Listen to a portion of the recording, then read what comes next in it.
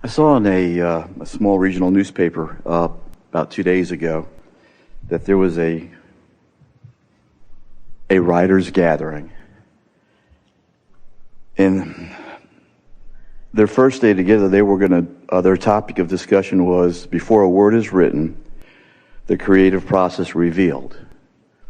And I'm thinking probably in a lot of professions it's something similar, but specifically for a writer, what creative process can a writer take deliberately to benefit their writing process in writing a book? Well, when you realize that we're assuming most writers are wanting to write from an inspired point of view. In other words, it's a really rare person who has been moving through life and has been gathering up pieces of information, and now they just want to put all of those pieces of information together for, in other words, most of you are not writing users' manuals for toasters.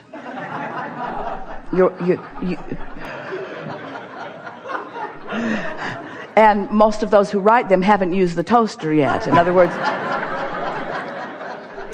and so most writers are reaching for something that's inspired. And the thing that we would like to say to anyone who's wanting to write anything is just gather together a handful of characters, define who they are, put them in a setting, and let them talk to each other. And if you understand that, and if you believe that, they will speak through you.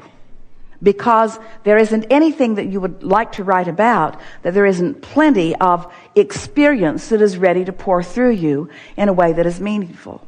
And so that's the way we would approach it. That's what inspiration is. This is a particularly wonderful conversation because writers, if they've been at it for a while, understand what they call writer's block is, where sometimes it flows and it's so easy, and sometimes it doesn't flow so easily or maybe even at all. And we want to say to a larger group all around the world of deliberate creators, you often have living block. You often have life block. You often have that disallowance that is going on where you're just not allowing the inspiration. And what that is, every single time, we can define it for you so clearly. You're standing in a place where you believe incorrectly that there is someone outside of you evaluating you and judging you. And so you are offering your behavior based upon what their impression of what you are doing will be, rather than upon how your synthesized emotional guidance system alignment between you and who you really are is. And so everything that we've been talking about has been about the path of least resistance. And the path of least resistance is the opposite to what a writer's block is. And the path of least resistance is in harmony with what inspiration is. And so, as it turns out, with writing or with living of a day of life in any way, this is the thing that we want to say to all of you. It's all about the preparation. Stay with us. We're going to give it to you fully. Friends say, Abraham, I've jumped out of an airplane. I have no parachute. What do you think I should do next? And we say, hang on, it will be over in a little bit. Because the preparation is sort of paramount. The fact that you're in an airplane, you've jumped from the airplane, and you have no parachute sort of dominates the situation here. You get what we're saying?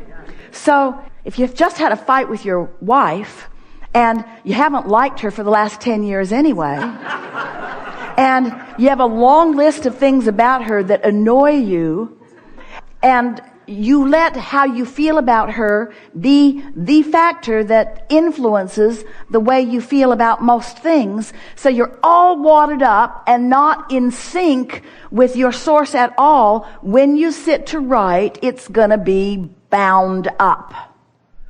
It's the preparation, you see. If you are on the basketball court and you're irritated about the referee's bad call, and you've convinced yourself that he really is in the pocket of the other team, and you really believe that, and you're feeling the injustice of that, you're all bound up. And what you do next is going to be reflected by that. You see what we're getting at? It's the preparation. It's how you feel. You got to practice yourself into feeling. You can't just observe life in all of its variety, pluses and minuses, pros and cons, wanted and unwanted, and have your vibration be about all of those things, and then step suddenly into a clear place where what you say is going to be inspired. It doesn't work like that. It's the preparation. It's how many walks you take, and how many deep breaths you've taken, and how much you've quieted your mind and therefore stopped the resistance. It's how much you're allowing your cork to float. It's the preparation, you see. And it's not a lot of preparation. We're talking about 30 days, really, of deciding that you are an extension of Source energy, and that Source has something to say, and that Source is really unlimited and will talk to you about anything that it matters to you, and that Source is particularly expertise on the things that you have defined that are important to you, and that they're all queued up in your vortex, and that anything that you want is ready to unfold, ready to be revealed, ready to be realized by you in a really satisfying way. And so it's about the preparation. It's not about what you do at work. It's how you felt going to work. It's not about how wise you were in a debate that you had with someone. It's how much love you had in your heart going into the debate. It isn't only about the agility and talent that you've trained your body to perform. It's about your attitudinal stance prior to the performance. It's the pre-paving. It's the alignment. It's the practice of the energy. We talked for quite a while about law of attraction, and we said to you, you get what you think about whether you want it or not, and you liked that to a certain extent, but then you couldn't really get your thoughts around it completely. And then we began explaining to you that when you know what you don't want, you know what you do want, and out of that you are sending these rockets of desires, and that all the do-wants are being gathered by the Source within you, because the Source within you knows who you are and what you really do want. And so when you don't have enough money and you want more money because you don't have enough freedom and you want more freedom, because you don't have enough leverage and you want more leverage, because you don't have enough belief in your ability to choose and you want more belief in your ability to choose. In other words, all day, every day, you're honing from life this creation of who you really are. And so we explained to you that there's this vibrational reality that exists. But most of you are not up to speed with your vibrational reality because you have awareness of what is that keeps you from being up to speed with your vibrational reality. And most of you are offering the majority of your vibration based upon what you're observing of what has been allowed by you to manifest, rather than based upon what's in your vortex, because it's nebulous to you. It hasn't come into view for you quite yet. You're just learning that you are vibrational beings. And so we talked for quite a while about this vortex. We waved Esther's arm around and pointed at the floor, and we said there's a vibrational reality, and it's real, and it will reveal itself to you. But somehow that vibration has to be translated through your awarenesses into something that is meaningful to you. Now, a writer sort of gets that, because the idea wasn't there. Put the characters in. The idea wasn't there. In other words, knowing what you want a successful book, want to tell a story, have something that you want to say. Intention going into it. And then suddenly, you don't know why. We do, but you usually don't know why. You found alignment with what's there. And when you least expect it, which only means when you're trying least to bang it into place, then an idea just sort of wafts into your experience. And so we began wanting to explain to you how the vibrational reality could more than just waft into your experience as ideas flow into your mind, but could be revealed in the form of other people who are bringing with them concepts and money and backing and experience. In other words, all kinds of tangible things can be realized by you and are supposed to be being realized by you day by day by day, moment by moment by moment. So we began wanting to find a way to explain to you how you could translate this nebulous to you very vivid and real to us, vibrational reality into something that's meaningful and real and that other people can see.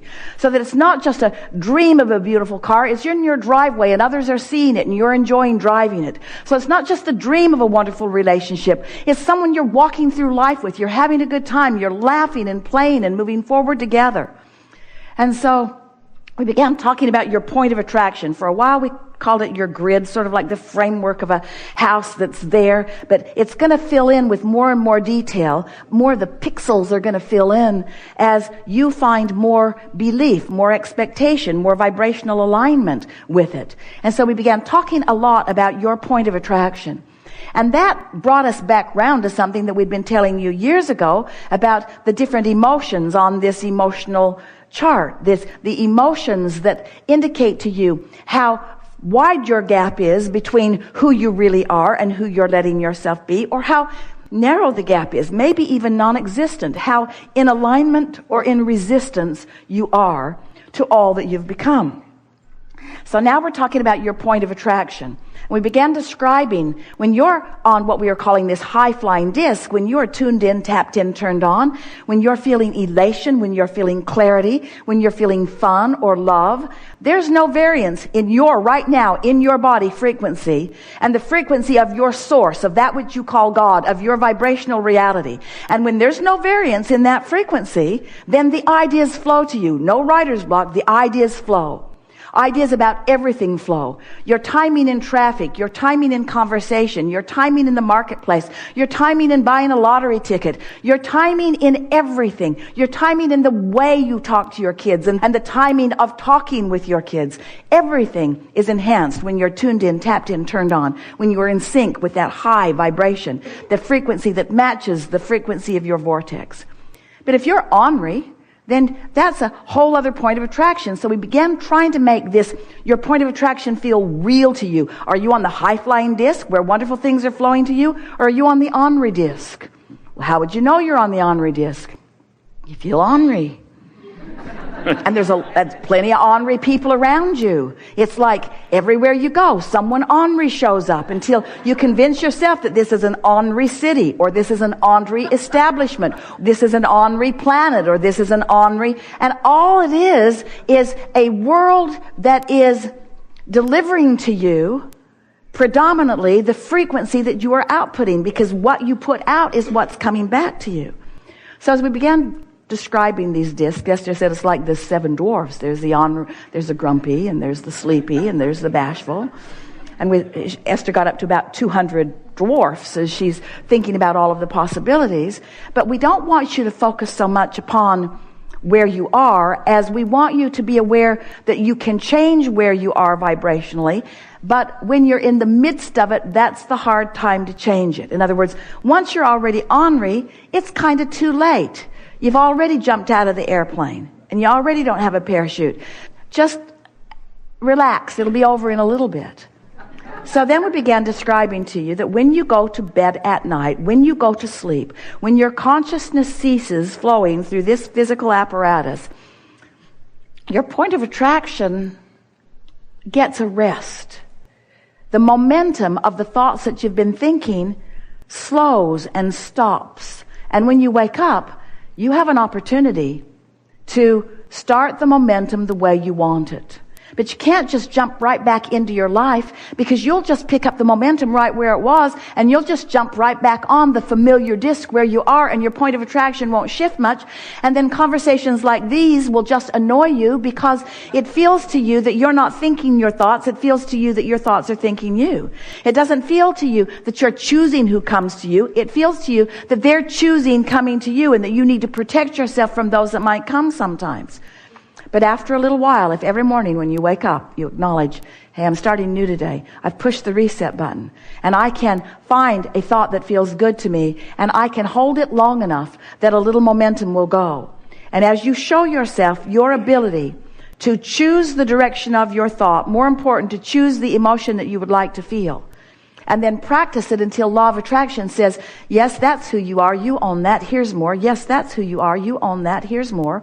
Here's more, here's more, here's more, here's more, until you begin to develop a deliberate stability of where you stand, you see. So it's from that position. We would not try to write a book until we had at least spent 30 days knowing that we were stable on the high-flying disc. We would not go on Match.com until we knew, because if you go before you're on the high-flying disc, you'll get matched up with somebody who's on the disc where you are, and you won't like them.